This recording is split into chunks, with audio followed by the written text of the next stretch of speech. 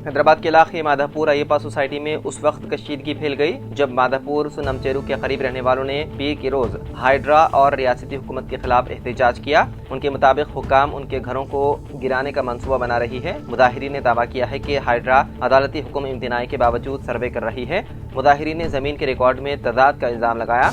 उनके मुताबिक सुनमचेरू 15 एकड़ पर फैला हुआ है, ताहम हुक्काम उसे 32 एकड़ के तौर पर निशानजद कर रहे हैं। गैर कानूनी सर्वे से मुश्ताल मुकामी लोगों ने मेन रोड ब्लॉक कर दी, जिसकी वजह से इलाके में ट्रैफिक में शदीद खलल पड़ा। मुजाहिरीन ने पेट्रोल की बोतलें फेंकी और खुद को नुकसान पहुंचाने की धमकी दी कि अगर उनके मुतालिबात को नजरअंदाज किया गया तो ये एहतजाज शिद्दत इख्तियार कर जाएगा। पुलिस ने मुदाखलत करते हुए अमन व अमान बहाल करने के लिए हालात को काबू में किया।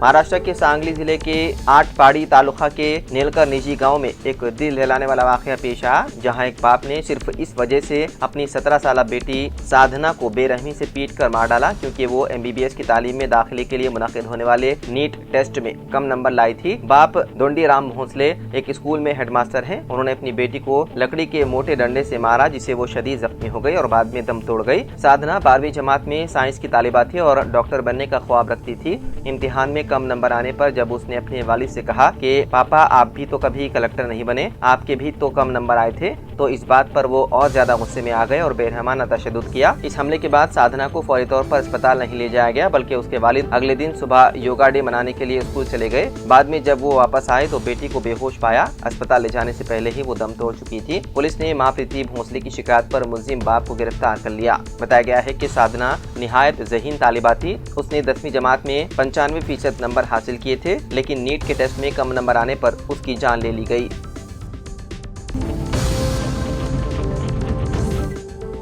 शोहर की हरासानी से तंग आकर एक नई नवेली दुल्हन ने खुदकुशी कर ली। यह अफसोसनाक वाकया तेलंगाना के खम्मम जिले के साले बंजारा गांव में पेश आया, जहां एक नई नवेली दुल्हन 19 साल पूजिता ने शोहर की हरासानी से तंग आकर फांसी लेकर खुदकुशी कर ली। तफसीलात के मुताबिक पूजिता की शादी 16 अप्रैल को उसी गाँव के करीब रहने वाले श्रीनिवास से हुई थी, जो की एक ज्वेलरी शोरूम में सेल्समैन के तौर पर काम करता है। बताया जा रहा है कि पूजिता ने अपने रिश्तेदारों के साथ कोल्ड ड्रिंक पी थी, जिस पर उसके शोहर और ससुराली अफराद बार बार उसे ताने देते और हरासा करते थे कि उसने गैरों के साथ कोल्ड ड्रिंक क्यों पी। मुसलसल ज़हनी दबाव और तजलील की वजह से गुज़िश्ता रात पूजिता ने अपने घर में फांसी लेकर खुदकुशी कर ली। पुलिस ने इस सिलसिले में मुकदमा दर्ज करते हुए मसरूफ़ तहक़ीक़ात है।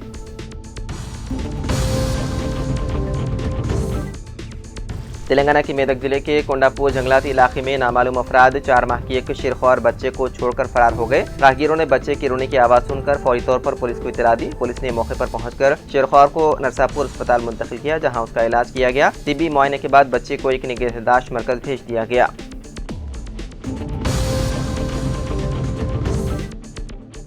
तेलंगाना रियासती काबीना का इजलास आज दोपहर 3 बजे सेक्रेटेरिएट में मुनक़िद होगा। वज़ीर आला रेवंत रेड्डी इजलास की सदारत करेंगे। आंध्र प्रदेश हुकूमत की जानिब से दरियाए गोदावरी पर तामीर किए जाने वाले बंका चेरला प्रोजेक्ट से तेलंगाना के आबी मफादात को नुकसानात का जायजा लिया जाएगा। वज़ीर आला ने गुज़िश्ता दिनों मरकज़ी वज़ीर जल शक्ति RR पाटिल से नई दिल्ली में मुलाकात करते हुए बंका चेरला प्रोजेक्ट की मंजूरी न दिए जाने की दरख्वास्त की थी। मरकज़ी वज़ीर ने दोनों रियासतों के वज़राए आला का मुश्तरका इजलास तलब करने का तयक़ुन दिया। वज़ीर आला रेवंत रेड्डी ने कहा था कि वो आंध्र प्रदेश हुकूमत से मुज़ाकरात के लिए तैयार हैं और वो खुद वज़ीर आला आंध्र प्रदेश को बातचीत की दावत देंगे। काबीना में इस सिलसिले में हिकमत अमली तय की जाएगी और वज़ीर आला आंध्र प्रदेश से मुज़ाकरात के मसले पर गौर व ख़ौज़ होगा। चंद्रबाबू नायडू ने तेलंगाना हुकूमत से अपील की थी कि वो तेलुगु रियासतों की आबी तनाज़ात को हवा दिए बगैर मुज़ाकरात के जरिए यकसोई की कोशिश करें।